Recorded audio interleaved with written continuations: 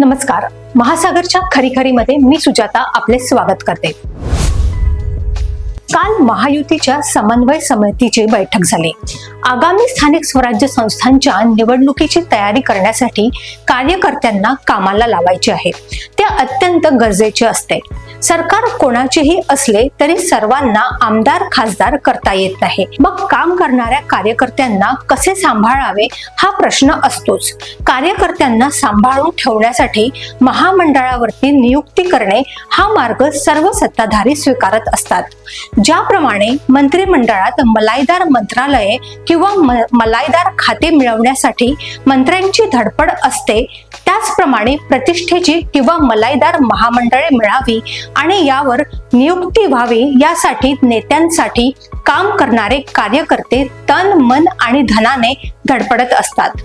पक्षात कायम चैतन्य राहावे म्हणून अशा कार्यकर्त्यांना सदैव आशेवर झुलवत ठेवणे गरजेचे असते. कालच्या सत्ताधारी असलेल्या तीनही पक्षांच्या समन्वय समितीच्या बैठकीत महामंडळावर नियुक्तीचे निकष ठरविल्याचे बोलले जात आहे. यात साधारणपणे 1.5 ते 2 महिन्याचा कालावधी निघून जाईल. त्यानंतर नियुक्त्या होतील असे सांगितले जाईल. स्थानिक स्वराज्य संस्थांच्या निवडणुकीत विजय मिळवणे सत्ताधारी पक्षासाठी अत्यावश्यक असते. स्थानिक स्वराज्य संस्था म्हणजे तळागाळात काम करणाऱ्या म्हणजेच मतदारांपर्यंत पोहोचणाऱ्या कार्यकर्त्यांसाठी हक्काचे सत्ता केंद्र असते. कार्यकर्त्यांना अशा प्रकारे चॉकलेट वाटपाची परंपरा सर्वच पक्ष पार पाडत असतात. राज्यात अनेक महामंडळे असली तरी आता या महामंडळात पूर्वीसारखी सत्ता मिळत नाही. सध्या अनेक महामंडळे केवळ नावालाच अस्तित्वामध्ये आहेत. जनतेच्या भल्यासाठी विशेष असे उपक्रम त्यातून राबवले जात नाहीत अशी टीका नेहमीच केली जाते. पण तरीही महामंडळाचे आकर्षण कायम आहे. सर्वच कार्यकर्त्यांना सरकारमध्ये महत्त्वाची पदे देता येत नाहीत. हे खरे असले तरी अजूनही कार्यकर्त्यांना महामंडळाचे आकर्षण असतेच. महाराष्ट्र राज्याच्या वीज मंडळावर नियुक्तीसाठी पूर्वी चांगलाच वशिला लावला जात असे. आता वीज बोर्ड संपून महाजनको, महावितरण आणि महाट्रान्सको अशा कंपन्या अस्तित्वात आल्या आहेत.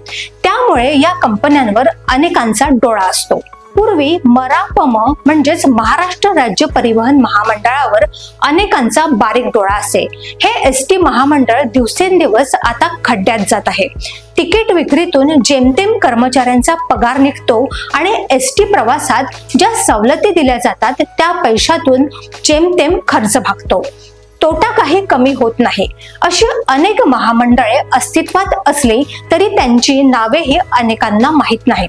पण तरीही कोणत्या ना कोणत्या महामंडळावर नियुक्ती व्हावी त्यासाठी अनेक कार्यकर्ते उत्साहाने वाट बघत असतात. युतीतील तिन्ही पक्षांना सांभाळून घेण्यासाठी आता नेतृत्वाचा चांगलाच कस लागणार आहे. नेहमीप्रमाणे मुख्यमंत्री यामध्ये स्वतः लक्ष घालून या सर्व कार्यकर्त्यांची नाराजी दूर करतील किंबहुना करावी अशी अनेकांची इच्छा असावी. या महामंडळांवर ज्यांची वर्णी लागेल त्यांना आमच्या शुभेच्छा.